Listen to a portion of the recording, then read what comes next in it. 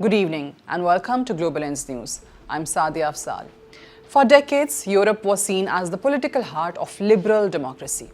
It was a continent that championed open borders, multiculturalism, human rights, international cooperation, and progressive politics. Many believed these values had become deeply rooted and irreversible. But today, something remarkable is happening. Across Europe, voters are increasingly supporting conservative, nationalist, and right-wing parties. Governments are changing, political debates are becoming more polarized. Issues that were once considered fringe are now dominating election campaigns. From France to Germany, from Italy to Netherlands, from Austria to Sweden, the political landscape is shifting. The question is no longer whether Europe is changing. The question is, why? Why are millions of Europeans turning toward parties that promise stricter immigration policies, stronger national sovereignty, and greater control over their borders? Is this simply a temporary political trend, or is Europe entering a completely new political era? To answer that, we need to understand what has happened over the last decade. Europe has faced one crisis after another.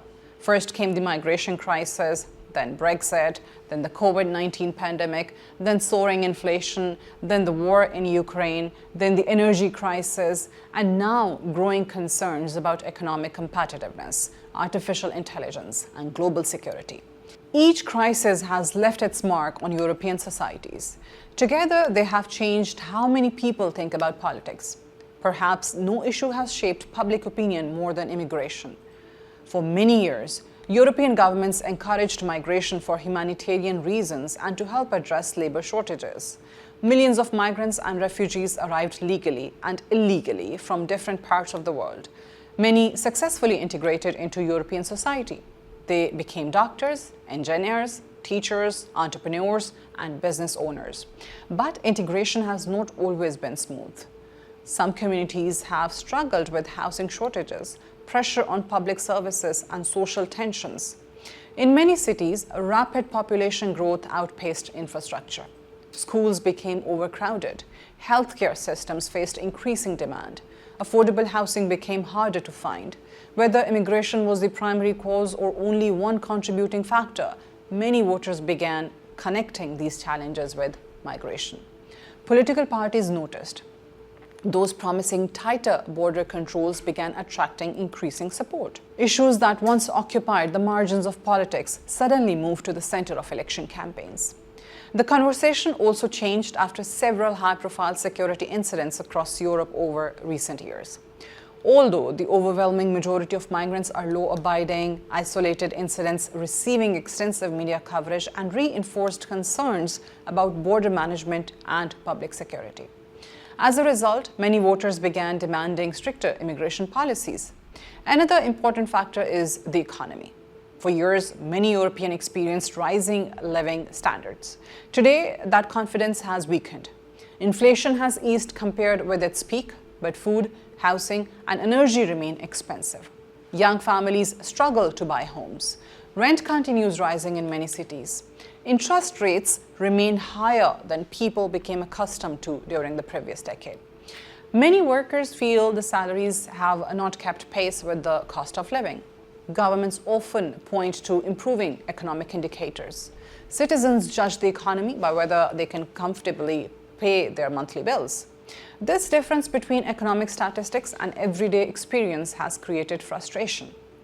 Right-wing parties have successfully presented themselves as voices for people who believe mainstream politics no longer reflects their concerns. They argue that traditional political parties focused too heavily on international issues while neglecting problems at home. Whether one agrees with that argument or not, it has clearly resonated with many voters. The war in Ukraine has also transformed European politics. Governments increased defense spending. Energy prices surged after the disruption of Russian gas supplies. Military security once again became a central political issue. Many citizens began questioning whether Europe had become too dependent on foreign energy and global supply chains. This broader discussion strengthened parties emphasizing domestic industry, national sovereignty, and strategic independence. Identity has become another defining issue.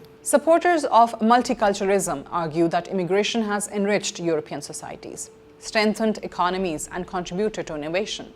Critics argue that integration has sometimes failed and that governments underestimated the speed of demographic change. This debate is now one of the most influential forces in European politics. Social media has accelerated these divisions. Political messages spread instantly. Controversial videos reach millions within hours. Algorithms often reward emotionally charged content. As trust in traditional media declines, many voters receive political information from alternative online sources. This has transformed election campaigns across Europe. Another important change is the growing frustration with the established political parties. Many voters feel that mainstream parties have governed for years without solving problems such as housing shortages, slow economic growth, healthcare waiting lists, and rising living costs. As confidence declines, people become more willing to support political alternatives. This pattern is not unique to Europe. It can also be observed in North America and parts of Latin America. However, Europe's political transformation is especially significant because it directly affects the European Union. The European Union was built on cooperation, open markets, free movement, shared institutions, common regulations. If more governments prioritize national interests over collective European policies, the EU may face increasingly difficult negotiations on migration, defense, climate policy, and economic reforms. That does not necessarily mean the European Union is weakening, but it does mean decision-making could become more complicated. Foreign policy is also changing. Many right-leaning parties argue that Europe should spend more on its own security rather than relying heavily on allies. Others call for reviewing foreign aid, international agreements, and climate commitments. Some advocate stronger support for Ukraine. Others favor greater diplomatic engagement with Russia. These differences demonstrate that the European right is far from uniform. It includes a wide range of political movements with different priorities and different visions for Europe's future. Another issue shaping public opinion is the changing global balance of power. Europe now faces competition from rapidly growing economies in Asia. China has become a technological and manufacturing giant. Countries across the global south are demanding a greater voice in international institutions. Many Europeans worry that the continent is gradually losing economic competitiveness. This has strengthened calls for industrial renewal, investment in technology, and protection of strategic industries. Young people also find themselves divided. Many continue supporting progressive politics, environmental protection, and international cooperation. Others increasingly prioritize housing affordability, employment opportunities, and economic security. This generational divide is becoming another important feature of European politics. The rise of artificial intelligence adds another layer of uncertainty. Workers wonder how automation will affect future jobs. Governments debate how to regulate rapidly advancing technologies. Political parties offer different solutions. Some emphasize innovation. Others emphasize protecting existing industries and workers. As a result, economic anxiety increasingly shapes political preferences. So, is Europe turning to the right? In many countries, yes. But the reasons are far more complex than a simple ideological shift.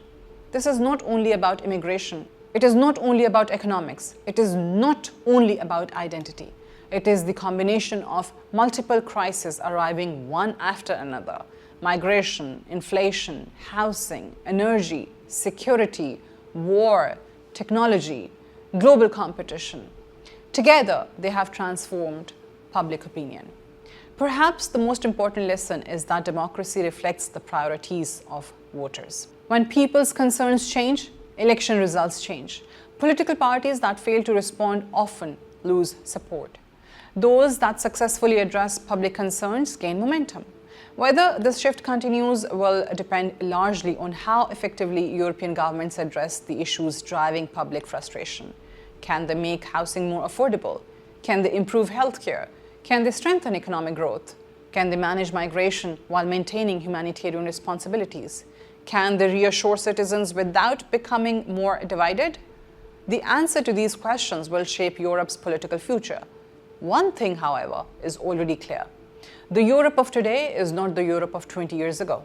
Its politics are changing. its priorities are changing, its voters are changing. And as Europe changes, the consequences will extend far beyond the continent itself, because Europe remains one of the world's largest economies, one of its most influential political blocs, and one of the key pillars of the international order. The choices Europeans make in the coming years will not only determine the future of Europe, they will also influence global trade, international security, migration policies, and the balance of power in an increasingly uncertain world. The rise of the European right is therefore not just a European story, it's a global story, and its next chapter is still being written. This is Sadia Afzal for Global Lens News.